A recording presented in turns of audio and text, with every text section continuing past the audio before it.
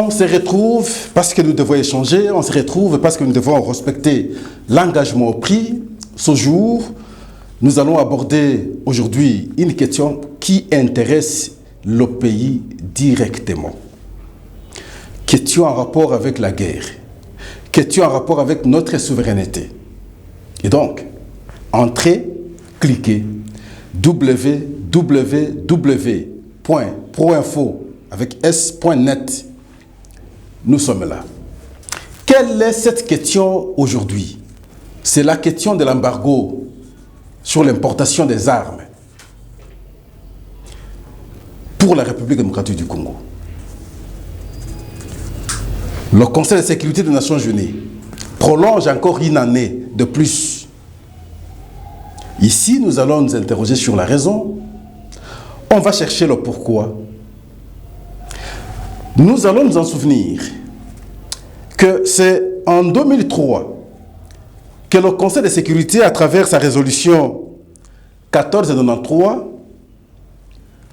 va prendre une décision, en tout cas en termes d'embargo, interdisant non seulement la République démocratique du Congo, mais aussi les groupes armés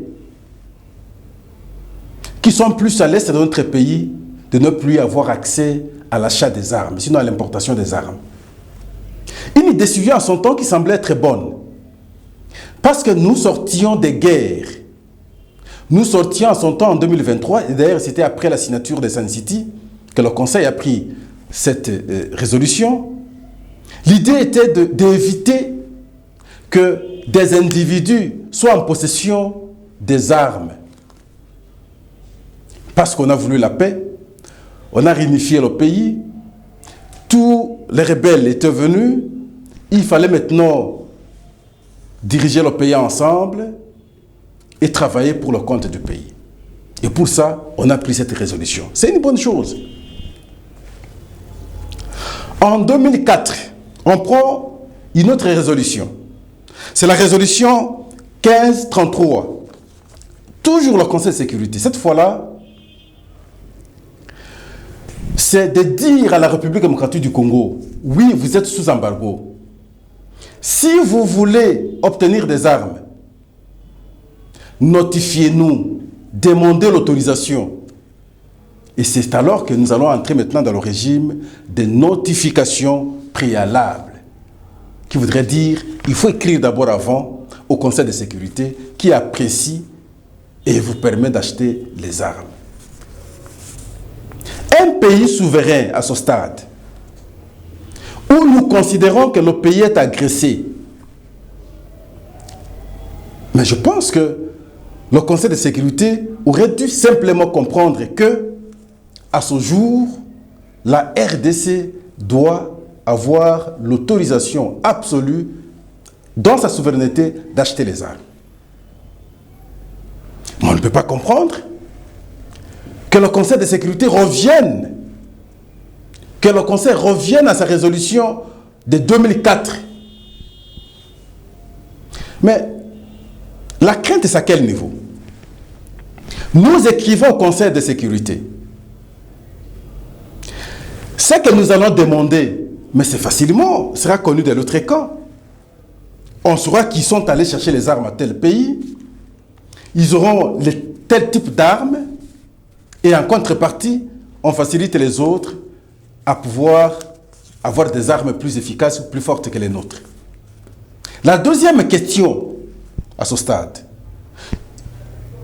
le Conseil de sécurité avec ces pays que nous allons citer aujourd'hui ici, ont quel intérêt de refuser la République démocratique du Congo d'être en possession des armes qu'elle voudra? L'intérêt, c'est lequel? Mais un pays qui est agressé, le M23 appuyé par le Rwanda, c'est visible, le chef l'a dit et tout Congolais le voit. Mais maintenant, pour permettre à la République démocratique du Congo d'avoir ses moyens de défense, et non, c'est le Conseil de sécurité qui nous met encore sous embargo pendant un an de plus. Mais pendant ce temps, vous savez ce qui peut se passer. Pendant ce temps, l'année que vous avez encore prolongé l'embargo, Mais beaucoup de conséquences peuvent être enregistrées. Qui sera responsable cette fois-là? Nous comprenons que vous ne serez pas responsable. Pourquoi? Parce que ça va dans votre plan. Vous voulez nous mettre à genoux pour que vos objectifs soient atteints. Vous voulez nous mettre à genoux pour que l'ONU soit toujours là. Parce que c'est un job. Vous voulez nous mettre à genoux pour que le pays soit toujours exploité de la manière qu'il est exploité aujourd'hui. Vous voulez nous mettre à genoux parce que vous voulez soutenir le plan de ces pays, les pays que vous utilisez là, entre autres le Rwanda ici. Ah mais non. Vous ne pouvez pas lire la réaction des Congolais. La population congolaise est plus que déterminée à ne pas céder même un mètre de sa terre, sinon de son pays. Mais de ce point de vue, vous devez tirer des conséquences. La même histoire, la même chose, vous tentez autant de fois et vous constatez la même réaction de la population. Il n'est pas difficile de tirer les leçons. Ici, nous pensons que le Conseil de sécurité, à travers ces pays, ici nous citons la France, la Belgique, le roi est venu la fois passée ici, ils sont toujours derrière leur coup. La Belgique, les États-Unis, je me limite à ces trois pays. Je dis bien que nous semblons avoir de bonnes relations, qui visent toujours leurs intérêts, ne pensent pas nous faciliter la tâche. Et donc, vous allez dégager la lecture, vous allez comprendre que, parce qu'ils comprennent qu'une fois nous permettre d'avoir des armes, avoir l'autorisation d'acheter les armes que nous allons estimer meilleures pour nous, d'office ce sera la fin de la MONUSCO ici, en République démocratique du Congo. Il faut nous mettre dans cet état où souvent nous allons rester dépendants de la MONUSCO. Les avions, on ne sait plus les avoir. Les outils modernes, ou les outils de la guerre moderne, ou des guerres modernes, on ne sait pas les avoir. Et nous allons nous référer à la MONUSCO. Parce que simplement, ils veulent que la MONUSCO reste encore ici. C'est un job, c'est de l'argent qu'il faut. Lorsque nous aurons compris ça, notre diplomatie devrait également s'adapter par rapport à la présence de la MONUSCO ici en République démocratique du Congo. On peut aussi poser une condition. Lorsque vous nous refusez, nous, d'avoir les armes, nous aussi nous refusons la présence de la MONUSCO ici. Vous verrez que facilement, on va réfléchir comment revoir cette résolution. Je félicite la Russie. Je félicite en même temps la Chine, le Kenya, le Gabon, le Ghana. Ils ont démontré que c'est injuste. Effectivement, c'est injuste parce que nous sommes un pays souverain. Qui ce pays? La France est là si elle est attaquée. La France, telle qu'elle est là, si elle est attaquée, elle va vouloir qu'elle soit dans la situation où la République démocratique du Congo aujourd'hui est. Mais nous voyons comment Macron se décarcasse, se bat pour soutenir l'Ukraine. Comment il se bat? Parce que là, il sait qu'il y a des intérêts. Ces Occidentaux ne nous aiment pas. Ces gens ne voient que leurs intérêts. Le sol congolais est devenu le sol d'expérimentation. On se pose en même temps la question. Bien sûr, depuis que la MONUSCO est ici, les petits apports, oui, on voit. À quel moment la MONUSCO a véritablement gagné la guerre? À quel moment la MONUSCO a véritablement chassé les groupes armés à l'est de notre pays? Malgré cet embargo, est-ce qu'on peut dire aujourd'hui les rebelles n'ont pas des armes? Mais la bonne question qu'on se poserait est de savoir, maintenant qu'il y a l'embargo, oui, le M23, si vous refusez l'accepter comme agression ou comme agresseur, posez-vous la question, d'où trouve-t-il les armes pour attaquer tout un État? vous qui aviez lancé ou pris la résolution pour interdire la circulation des armes en République démocratique du Congo.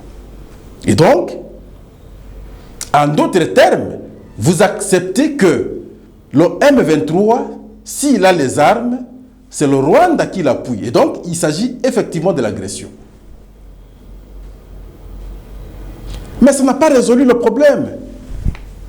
Le Conseil de sécurité.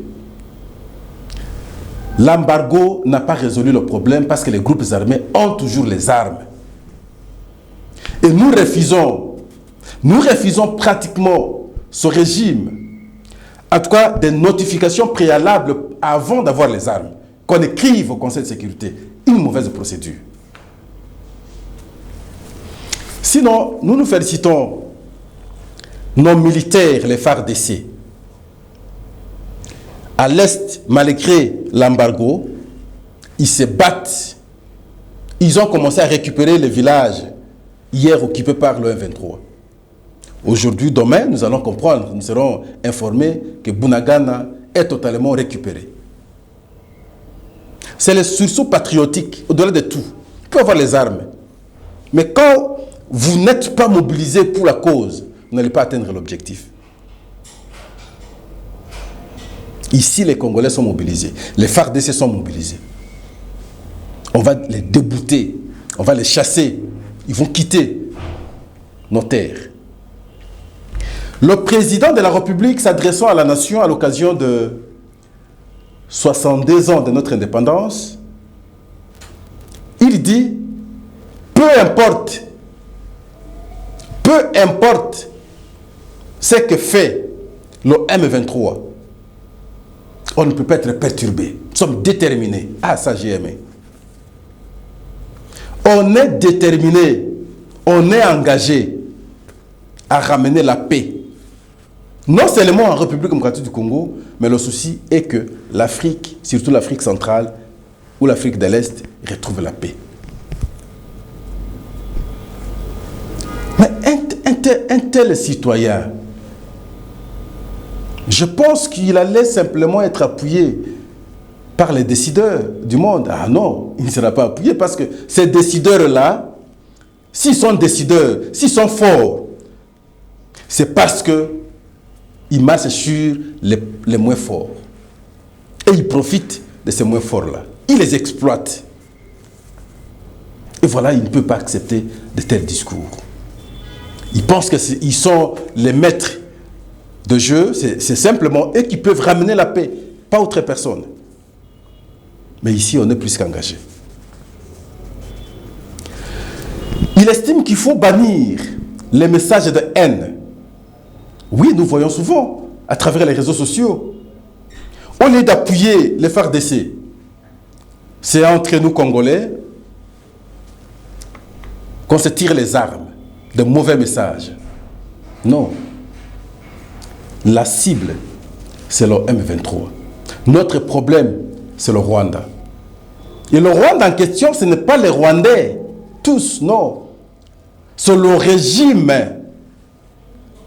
Le problème de la RDC, c'est contre le régime du Rwanda. Le régime politique, le régime militaire, le régime du Rwanda. Et ce n'est pas le peuple rwandais. Nous, on n'a pas un problème avec le peuple rwandais.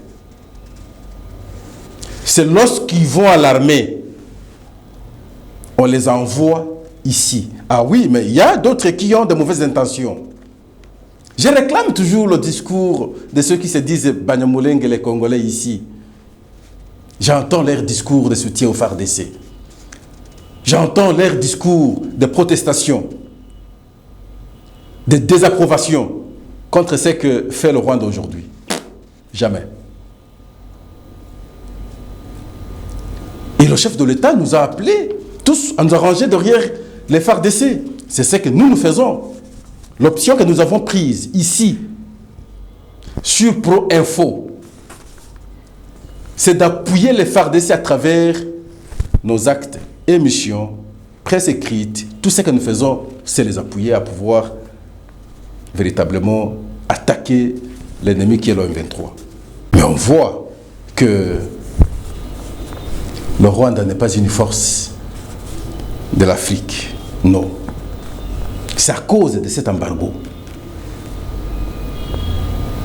Et le Rwanda, là, le sait aussi. Une fois que cet embargo sera mis de côté, et vous allez voir comment beaucoup de choses vont changer. Que ce soit la MONUSCO, comme nous avions dit. Que ce soit le Rwanda qui va changer rapidement sa position. Beaucoup de choses vont changer. Ils nous mettent dans ces conditions pour que nous ne soyons pas si forts. Mais ils ne réussiront pas parce que quand nous prenons depuis 2003 jusqu'à aujourd'hui, 19 ans, vous n'avez pas pu, je parle de 19 ans, mais vous n'avez pas pu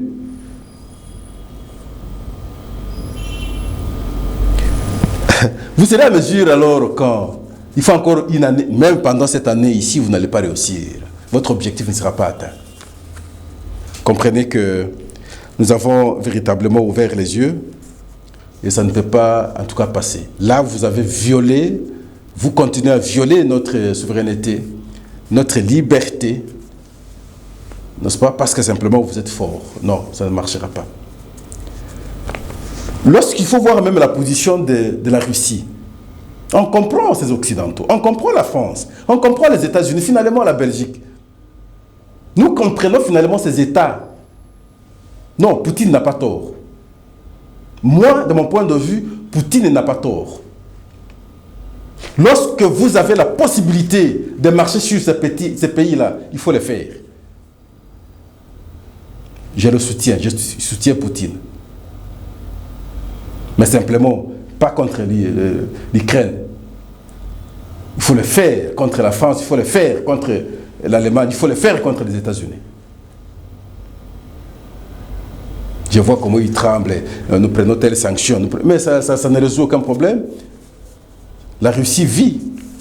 C'est vous qui souffrez, la Russie continue à vivre. Nous, on n'entend pas les réclamations de la Russie ou des Russes. C'est vous qui vous lamentez. Parce que vous êtes dépendant de l'autre côté. Et c'est ici que vous voulez marcher.